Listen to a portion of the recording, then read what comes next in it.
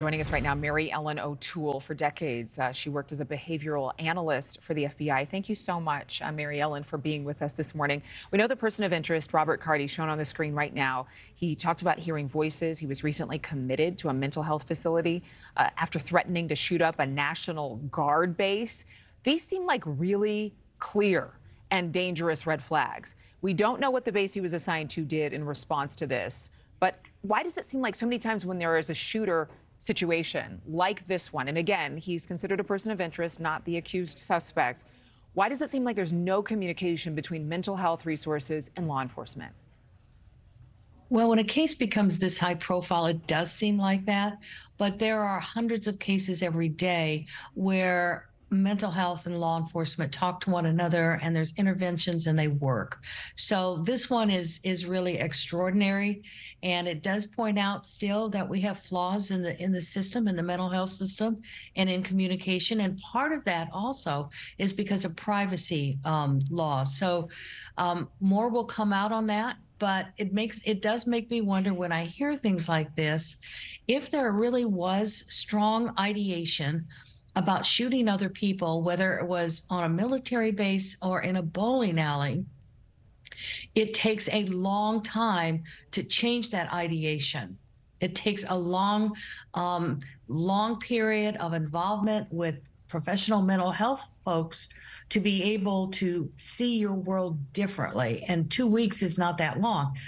But mental health commitments are really controlled by state laws. So that's another issue that we're dealing with here as well. So there are a lot of contributing factors to what happened and why he was admitted to the mental health facility. Do you happen to know from your experience with the FBI, would someone like this, let's just take it out of context in one sense and apply it in a broad stroke? Someone like this, this isn't a man who was trained militarily. This is somebody who was actually a weapons trainer for others at his base, about an hour away from this community. Wouldn't he have been stopped from doing the kind of work he was doing? Wouldn't he have had guns taken away from him? Not necessarily, and I think more details will have to come out to really shed more light on that, but not necessarily. It really depends, and depends on how much the his bosses, his supervisors knew, but not necessarily would that result in him losing his job or losing that position. Even threatening to shoot up a National Guard base.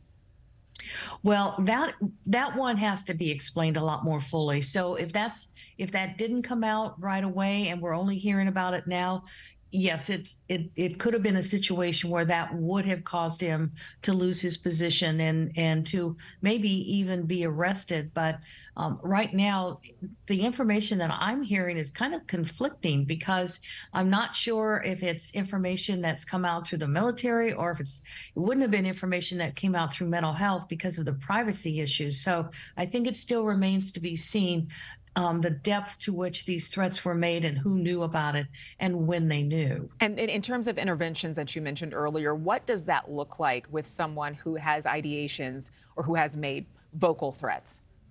Sure. Well, it's been my experience that the vast majority of these mass shooters have these ideations. They think about it, they plan it, they ruminate about it, they look forward to it. So this is not the exception, and they are successful in carrying it out. So they don't, other previous shooters, in other words, don't rise to the level of being known to law enforcement. But to get in there, if you are aware of it ahead of time and change that thinking, takes a tremendous amount of therapy.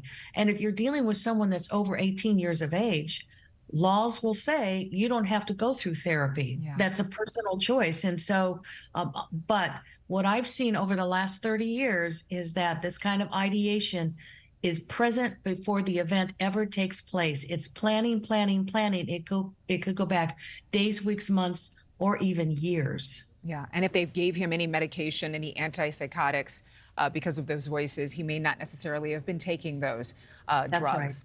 All right. Thank you very much. We appreciate you joining us here on Morning in America. Thank you for watching. Go to newsnationnow.com to find NewsNation on your television provider. And don't forget to click the red subscribe button below to get more of NewsNation's fact-driven, unbiased coverage.